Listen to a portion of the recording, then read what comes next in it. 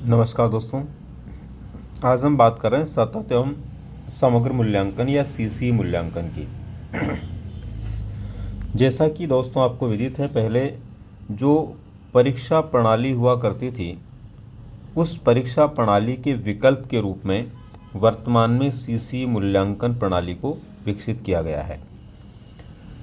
सबसे पहले इसके लिए विचार दिया गया था एनसीएफ 2005 में।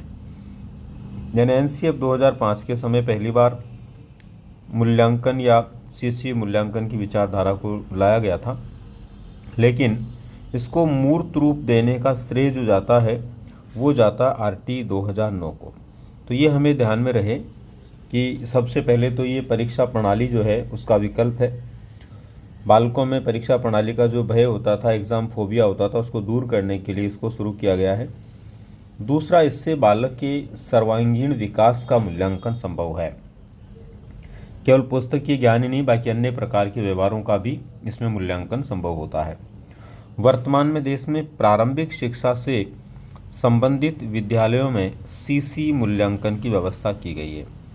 वर्तमान समय में सीसी मूल्यांकन जो है मूल रूप से प्रारंभिक शिक्षा से संबंधित जो स्कूल्स हैं उनके लिए किया गया है। अब इससे संबंधित क्या क्या खास जानकारियां जो हमें होनी चाहिए, तो यहाँ सबसे पहले दोस्तों सीसी मूल्यांकन प्रणाली जो है वो है क्या, आखिर सीसी मूल्यांकन प्रणाली को हम किस प्रकार से समझ सकते हैं। दोस्तों, ये एक ऐसी प्रणाली है जिसमें विद्यार्थियों के विकास के सभी पहलुओं पर विशेष ध्यान दिया जाता है। विद्यार्थी के विकास के सभी पहलू जो भी क्षेत्र हैं उसके शारीरिक, मानसिक, संवेगात्मक, नैतिक, सामाजिक सभी पहलुओं पर ध्यान दिया जाता है। इस प्रणाली में न केवल विद्यार्थियों की शैक्षिक उपलब्धियों का मूल्यांकन किया जाता है, बल्कि सह शैक्षिक गतिविधियों को भी शामिल किया जाता है। यानी केवल और केवल शैक्षिक उपलब्धियों का ही मूल्यांकन नहीं होता, बल्कि सह शैक्षिक जो गतिविधियां उनका भी मूल्यांकन किया जाता है। इस प्रणाली में सतत का अभिप्राय निर्धारण की नियमितता से लगाया जाता है, इकाइयों के परीक्षणों की आवृत्ति से लगाया जाता है, शैक्षिक कमियों का निदान कैसे हो सकता है उससे लगाया जाता है, निदानात्मक परीक्षण भी इसमें सम्मिलित होता है, उपचारात्मक शिक्षण भी इसमें सम्मिलित होता है, तथा विभिन्न प्रकार से शिक्षक एवं शिक्षार्थियों के लगातार मूल्यांकन से सतत का संबंध है। यानी कि इसको सतत प्रणाली क्यों कहते हैं। यहाँ पर एक शब्द हमारे सामने है सतत। ये जो सतत शब्द है, इस सतत शब्द का अभिप्राय क्या है, तो इस सतत शब्द का अभिप्राय है दोस्तों निर्धारण की नियमितता, इकाई परीक्षणों की आवृत्ति, शैक्षिक कमियों का निदान करना, निदानात्मक परीक्षण करना, उपचारात्मक शिक्षण करना और विभिन्न प्रकार से शिक्षक तथा शिक्षार्थियों के लगातार मूल्यांकन से इसका अर्थ लगाया जाता है। दोस्तों, वर्तमान में सतत समग्र मूल्यांकन एक व्यापक प्रक्रिया है। सतत समग्र मूल्यांकन जो है वर्तमान में क्या है, एक व्यापक प्रक्रिया है, व्यापक प्रक्रिया बन चुकी है, जो केवल परीक्षण पर बल नहीं देती है बल्कि संपूर्ण, यानी ये केवल परीक्षण पर बल नहीं देती बल्कि संपूर्ण शिक्षण कौशलों पर और उद्देश्यों की प्राप्ति पर बल देती है। यानी कि किस तरह से बेहतर तरीके से शिक्षक शिक्षण कार्य को करता है, उसके पढ़ाने की कौशल कुशलता कितनी है उसको, और उद्देश्य कितनी मात्रा में प्राप्त हो रहे हैं या पूरे हो रहे हैं, उसकी दिशा में काम किया जाता है। इसके द्वारा विद्यार्थियों पर परीक्षा से पढ़ने वाला दबाव कम करते हैं। यानी परीक्षा के नाम से जो बालकों में भय होता था, उसका जो दबाव होता था, उस दबाव को कम करने का उद्देश्य है सीसीई मूल्यांकन। विद्यार्थियों को पूरे वर्ष के दौरान कई परीक्षाओं से गुजरना पड़ता है। सीसीई मूल्यांकन में पूरे वर्ष के अंदर बालकों को जहां पहले 1 या 2 परीक्षा होती थी, उसके स्थान पर अब कई परीक्षाओं से गुजरना पड़ता है, जिनमें पहले ली गई परीक्षा का पाठ्यक्रम पुनः नहीं दोहराया जाता। पाठ्यक्रम जो होता है वो जैसे मान लीजिए एक परीक्षण में आ गया तो वो दूसरे परीक्षण में नहीं आता, दोबारा उसको नहीं दोहराते। इस प्रकार से बालक बिना दबाव के अधिकतम सीखता है। इस तरह से बालक जो है वो बिना किसी दबाव के मैक्सिमम यानी ज़्यादा से ज़्यादा सीख पाता है। अब देखिए दोस्तों, मूल्यांकन जो है इसकी व्यवस्था में 2 प्रकार की परीक्षाएं ली जाती है। सीसी मूल्यांकन प्रणाली की जो व्यवस्था है उसमें कितने प्रकार की, 2 प्रकार की परीक्षाएं ली जाती है। ये 2 प्रकार की परीक्षाएं कौन कौन सी हैं। एक तो है दोस्तों पहले नंबर पर है FA। FA का मतलब है फॉर्मेटिव असेसमेंट, यानी निर्माणात्मक परीक्षण। दूसरी है यहाँ पर SA। SA का मतलब है दोस्तों समेटिव असेसमेंट, ठीक है, यानी कि योगात्मक परीक्षण। ये दो प्रकार की परीक्षाएं इसमें ली जाती है। अब निर्माणात्मक परीक्षण के बारे में थोड़ा हमें ज्ञान होना चाहिए और समेटिव असेसमेंट के बारे में यानी योगात्मक परीक्षण के बारे में भी थोड़ा हमें ज्ञान होना चाहिए।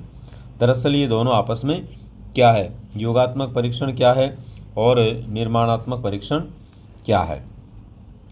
तो देखिए पहले हम बात करते हैं निर्माणात्मक परीक्षण को लेकर के, FA को लेकर के। इस प्रकार के परीक्षणों में, इस प्रकार के जो परीक्षण होते हैं इनमें विद्यार्थियों की मौखिक परीक्षाओं का आयोजन होता है। मूल रूप से मौखिक परीक्षाएं होती है और मौखिक परीक्षाओं में उनको दिए गए जो कार्य हैं उन कार्यों के प्रदर्शन के स्तर के द्वारा विद्यार्थियों का मूल्यांकन किया जाता है। ये परीक्षण एक शिक्षण सत्र में 4 बार होता है, एक शिक्षण सत्र में 4 बार होता है और यह कुल अंकों के 40% अंकों के होते हैं। यानी कि जैसे 100% अंक है उसमें से 40% अंक जो होते हैं वो किसके लिए निर्धारित होते हैं, निर्माणात्मक परीक्षण के लिए। ये विद्यालय स्तर पर ही आयोजित हो जाते हैं, इनका आयोजन विद्यालय स्तर पर ही किया जाता है, यानी विद्यालय स्तर पर आयोजित होने वाले ये परीक्षण होते हैं। इसके बाद में मित्रों परीक्षण नंबर 2 आते हैं, ये हैं योगात्मक परीक्षण। योगात्मक परीक्षण की यदि हम बात करें तो ये लिखित प्रकार के परीक्षण होते हैं। योगात्मक परीक्षण जो होते हैं वो लिखित प्रकार के परीक्षण होते हैं जिनका आयोजन एक शिक्षण सत्र में 3 बार होता है। जिनका आयोजन एक शिक्षण सत्र में कितनी बार होता है, 3 बार होता है। इन परीक्षणों में अधिकतम 20% अंकों को ध्यान में रखते हुए कुल 60% अंक होते हैं। मतलब इनका जब आयोजन करते हैं उसमें एक के अंदर 20% प्रश्न होते हैं, 20% अंकों के प्रश्न होते हैं। टोटल 3 हो गए तो कुल तीनों परीक्षणों में कितने अंक हो जाएंगे भाई, 60% अंक हो जाएंगे। जैसे उसमें हमने बात किया था निर्माणात्मक में 40% होता है टोटल, इसमें टोटल 60 होता है, इससे 100% पूरा हो जाता है। इनका आयोजन विद्यालय के द्वारा ही किया जाता है, इनका आयोजन विद्यालय के द्वारा किया जाता है, परंतु प्रश्न पत्र विभाग या बोर्ड के द्वारा भेजा जाता है। आयोजन तो विद्यालय में होता है लेकिन इसका प्रश्न पत्र ये होता है वो या तो विभाग भेजता है या बोर्ड भेजता है या उनके द्वारा तैयार किया जाता है, ठीक है। उत्तर पत्रों की जांच भी बोर्ड के द्वारा अथवा बोर्ड के द्वारा भी हो सकती है और विद्यालय स्तर पर भी हो सकती है, दोनों बातें विशेष प्रकार से की जाती है। प्रत्येक योगात्मक परीक्षण में पूछे गए पाठ्यक्रम को दूसरे योगात्मक परीक्षण में नहीं पूछा जाता। अब यहाँ पर ये जो है ना ये परीक्षण है, इसको ध्यान रखना है, ये परीक्षण है। यहाँ पर गलती से प्रशिक्षण लिखा हुआ है तो ये परीक्षण, यहाँ पर भी ये परीक्षण है।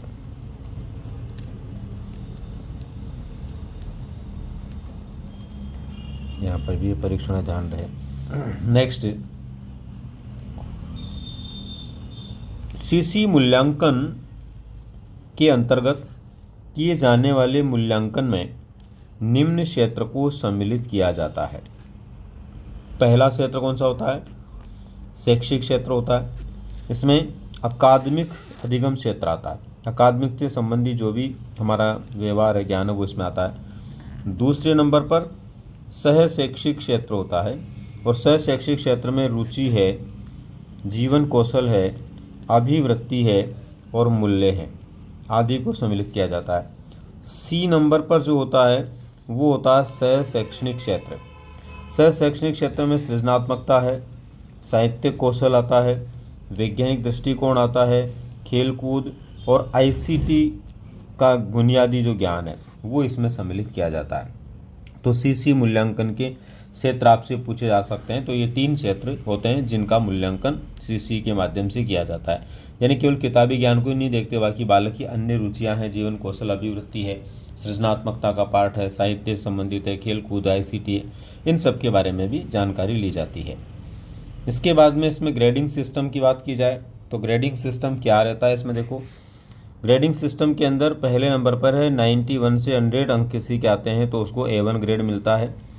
इसी तरह से 81 से 90 आते हैं तो उसको A2 ग्रेड मिलता है।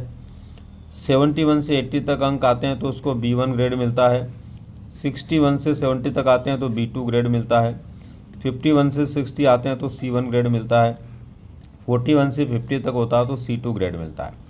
मतलब ये बिंदु है, मतलब यानी A1 के लिए 10 है, A2 के लिए 9 है, B1 के लिए 8 है, B2 के लिए 7 है, C1 के लिए 6 है और C2 के लिए 5 है। ये इनके बिंदु अंक होते हैं, मतलब संकेत हैं एक तरह से।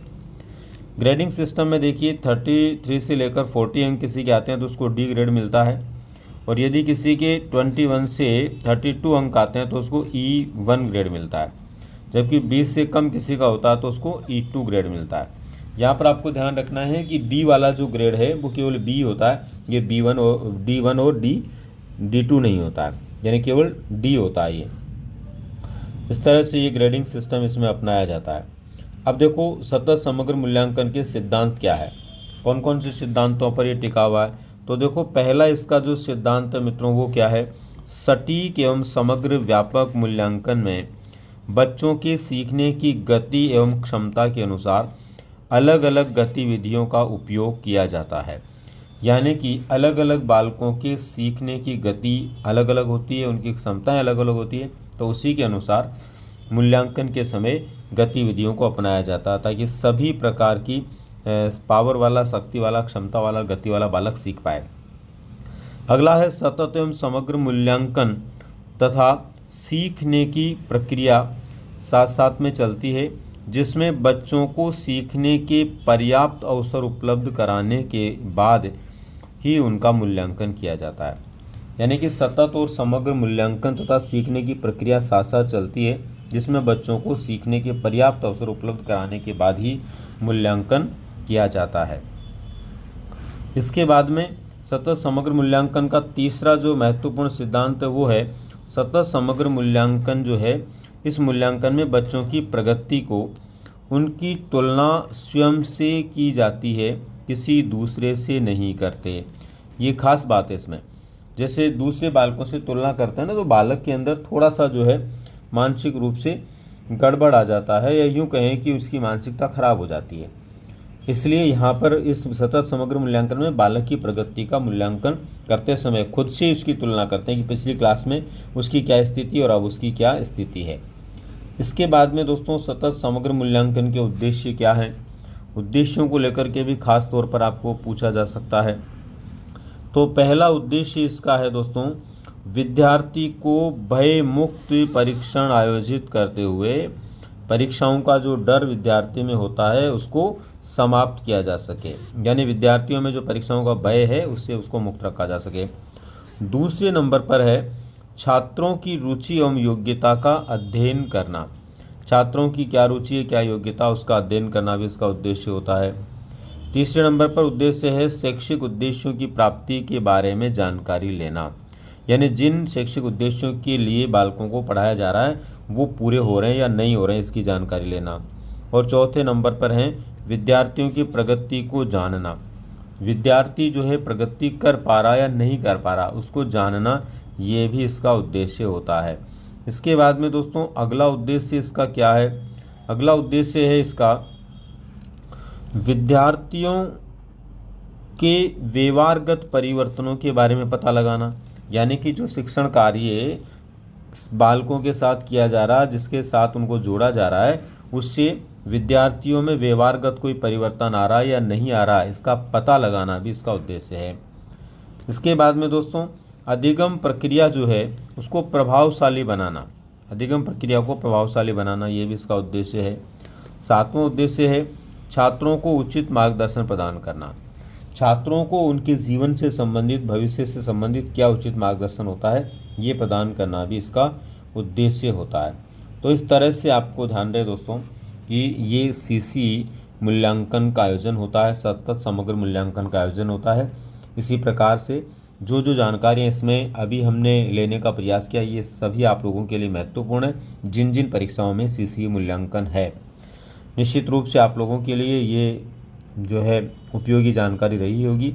इसी तरह की और जानकारी देखने के लिए आप चैनल से जुड़े रहें, हम आगे भी इसी तरह की जानकारी लेते रहेंगे। धन्यवाद।